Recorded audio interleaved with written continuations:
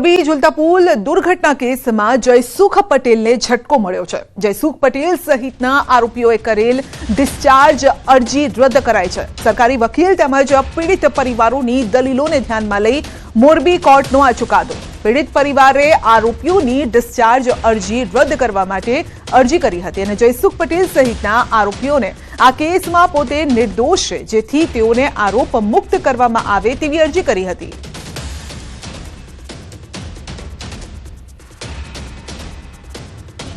આ કેસની અંદર દરેક આરોપીનો સીધો રોલ છે, જે નામદાર ગુજરાત હાઈકોર્ટે પણ અનેકવાર ઠરાવી દીધેલું છે। અમારી જે રજૂઆત હતી એ નામદાર કોર્ટે માની છે। અમે જે જજમેન્ટ રજૂ કર્યા એ પણ જજમેન્ટ નામદાર કોર્ટે માન્યા છે અને ઓવરઓલ નૈતિક જવાબદારીમાંથી ઓરેવા ગ્રુપ ઓફ કંપની આમાંથી છટકી શકે નહીં, કેમ કે એમણે જે રિપેરિંગનું કામ દેવપ્રકાશ સોલ્યુશનને આપ્યું હતું એ દેવપ્રકાશ સોલ્યુશન કોઈ માન્ય સંસ્થા નથી કે માન્ય એમની કોઈ ફર્મ નથી કે જેનો અનુભવ હોય આ પ્રકારના બ્રિજ રિપેર કરવાનો। અંકલેશ્વરની મહાનગરપાલિકાનો દરજ્જો આપવાની માંગ ઉઠી છે। જિલ્લા ભાજપ પ્રમુખ પ્રકાશ મોદીએ મુખ્યમંત્રી ભૂપેન્દ્ર પટેલને પત્ર લખી રજૂઆત કરી। પ્રધાનમંત્રી નરેન્દ્ર મોદી જ્યારે ગુજરાતના મુખ્યમંત્રી હતા ત્યારે તેમણે ભરૂચ અને અંકલેશ્વરને ટ્વિન સિટી બનાવવાની જાહેરાત કરી હતી, પરંતુ આ પ્રોજેક્ટ અભરાઈ પર ચઢી ગયો હતો। 2011માં ભરૂચને મહાનગરપાલિકાનો દરજ્જો મળે તેવી પ્રબળ સંભાવના હતી, પરંતુ તે સમયે બૌડાની જાહેરાત કરાઈ હતી। રાજ્યમાં અનેક નગરપાલિકાઓને મહાનગરપાલિકાઓ બનાવી દેવા આવી છે, પરંતુ ભરૂચને મહાનગરપાલિકા ન બનાવાતા સ્થાનિકોમાં રોષ છે અને ત્યારે ભરૂચ જિલ્લા ભાજપ પ્રમુખ પ્રકાશ મોદીએ કેટલાક તથ્યો સાથે ફરી એક વખત ભરૂચને મનપાનો દરજ્જો આપવાની રજૂઆત કરી। કેમ કે ભરૂચની વસ્તી પણ ભરૂચ અંકલેશ્વરની 5,75,000 જેવી થવા જઈ રહી છે, એટલે અમારી માંગ છે કે ભરૂચને મહાનગરપાલિકા બનાવવામાં આવે। વાપીમાં તંત્રએ કડક હાથે કામ લીધું છે। રહેણાંક વિસ્તારમાં ચાલતી ભંગારીયા પ્રવૃત્તિ સામે હવે વાપી મહાનગરપાલિકાએ લાલ આંખ કરી છે। મનપાના રહેણાંક વિસ્તારમાં જોખમી રીતે રહેણાંક વિસ્તારમાં ચાલતી ભંગારીયા પ્રવૃત્તિ સામે પ્રતિબંધ મૂક્યો છે અને આવા ભંગારના ગોડાઉનને રહેણાંક વિસ્તારની બહાર ખસેડવા અલ્ટિમેટમ આપ્યું છે। આથી ભંગારીયા પ્રવૃત્તિ કરતા લોકોમાં ફફડાટ છે। મહત્વનું છે કે વાપી અને આસપાસના વિસ્તારમાં નાના મોટા 5,000થી વધુ ઉદ્યોગ ધંધા ધમધમે છે। આ ઉદ્યોગોના કારણે તેમાંથી નીકળતા પ્લાસ્ટિક, પેપર, કેમિકલ સહિતના ઇન્ડસ્ટ્રીયલ વેસ્ટના નિકાલ માટે મોટા પ્રમાણમાં ભંગારનો વ્યવસાય પણ ફૂલો ફાલ્યો છે। અત્યાર સુધીમાં ભંગારીયા પ્રવૃત્તિ પર કોઈ નિયંત્રણ ન હોવાના કારણે રહેણાંક વિસ્તારમાં પણ ભંગારીયા પ્રવૃત્તિ મોટા પાયે ચાલતી હતી। વર્ષ દરમિયાન આગના અનેક બનાવો ધ્યાને આવતા આખરે તંત્રએ હવે રહેણાંક વિસ્તારમાં ચાલતી ભંગારીયા પ્રવૃત્તિ પર રોક લગાવી છે।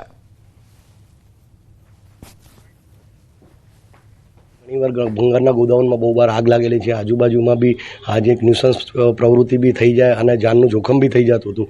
હવે આ જે ભંગારના ગોડાઉન છે અને તાતી જરૂરત હતી કે એને આપણે રેસિડેન્શિયલ ઝોનમાંથી એમને બહાર લઈ જાય, અને કારણ કે રેસિડેન્શિયલ ઝોનમાં એમના ગોડાઉન ભંગારના ગોડાઉન જે હતા એના આજુબાજુમાં કઈ જગ્યાએ આંગણવાડી હતી, સ્કૂલો હતી, હોસ્પિટલ હતી, તો એ ફ્યુચરમાં મોટું જોખમ થઈ શકે તેવું હતું।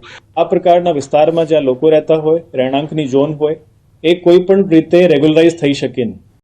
આ લોકો જે ઇમ્પેક્ટમાં પણ અપ્લાય કરે તો પણ રેગ્યુલરાઇઝ નહીં થઈ શકે, કારણ કે આ ઝોન રેઝિડેન્શિયલ માટે છે, આ પ્રકારની પ્રવૃત્તિ માટે ઝોન જ નથી, એટલે રેગ્યુલરાઇઝ પણ નહીં થઈ શકે।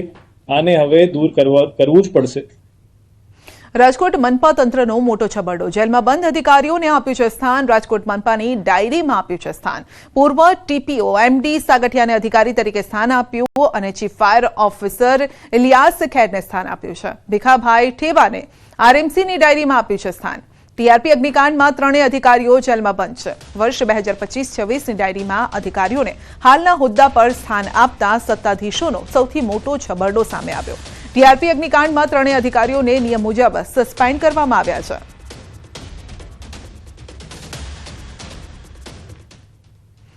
ગેરકાયદેસર રહેતા ઘૂસણખોરો સામે સુરત પોલીસ પણ એક્શનમાં છે અને સુરતના રામપુરા વિસ્તારમાં પોલીસ દ્વારા મેગા સર્ચ ઓપરેશન હાથ ધરાયું।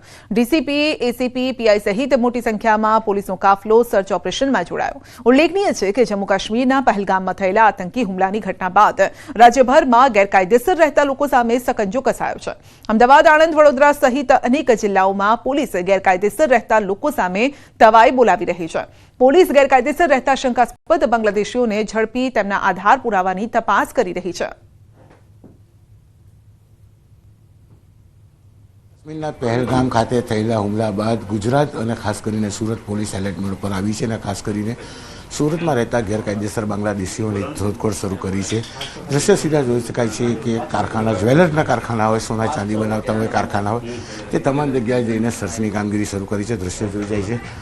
તમામના જે ડોક્યુમેન્ટ્સ છે એને વેરીફાઈ કરવામાં આવે છે. આપણી સાથે આર આહિર એસીપી છે કે જે ડોક્યુમેન્ટ્સ ચેક કરી રહ્યા છે. એમની સાથે વાત કરી. આહિર સાહેબ, ડોક્યુમેન્ટ્સ ચેક કરવામાં આવી રહ્યા છે.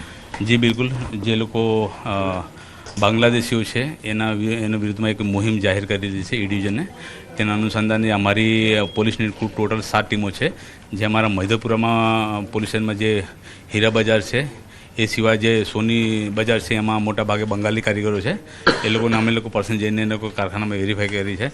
આ લોકોને જો આધાર પુરાવા આવી રીતે ચેક કરી છે અને જો મળે તો ઠીક છે, નહીં મળે તો એના વિરુદ્ધમાં કાયદેસર કાર્યવાહી કરવામાં આવશે. કેટલાક કેસમાં એવું જોવામાં આવ્યું છે કે જે બાંગ્લાદેશના લોકો હોય છે તે નકલી ડોક્યુમેન્ટ્સ બનાવીને સુરતમાં વસવાટ કરતા એવા ઘણા સંવિધો પોલીસે પકડેલા છે. તો અત્યારે જે વેરીફાઈ થાય છે તેમાં આ વસ્તુ ખાસ ધ્યાન રાખવામાં આવે છે. જી બિલકુલ. અત્યારે પ્રાથમિક દૃષ્ટિએ અમે લોકો એ લોકોના આધાર કાર્ડ, વોટર કાર્ડ એ બધું જોઈ રહ્યા છે અને એ મળે તો એ લોકોને બધા નામ પણ લખી રહ્યા છે અને એ લોકોને પર્સનલી બોલાવીને એ લોકો વેરિફિકેશન કરી રહ્યા છે. અત્યારે જોઈ શકાય છે એક એક કારખાનું હોય, એક સોનીની ઘંટીઓ હોય, તમામ જગ્યા પોલીસ દ્વારા સર્ચ કરવામાં આવી રહી છે. સૌથી મહત્વની વાત છે કે આધાર પુરાવા એટલે કે ડોક્યુમેન્ટ્સ વેરીફાઈ કરવામાં આવી રહ્યા છે. તમામના નામ લખવામાં આવી રહ્યા છે. એટલે કે સુરતમાં 134 જેટલા બાંગ્લાદેશીઓ પકડાયા બાદ હજુ પણ સુરત પોલીસ સર્ચ કરીને તમામ લોકોને શોધખોળ કરી રહી છે. કેમેરામેન જીગર ગૂગલ સાથે કીર્તેશ પટેલ, ન્યૂઝ 18 ગુજરાતી, સુરત. મંગળવારનો દિવસ ચંડોળા તળાવની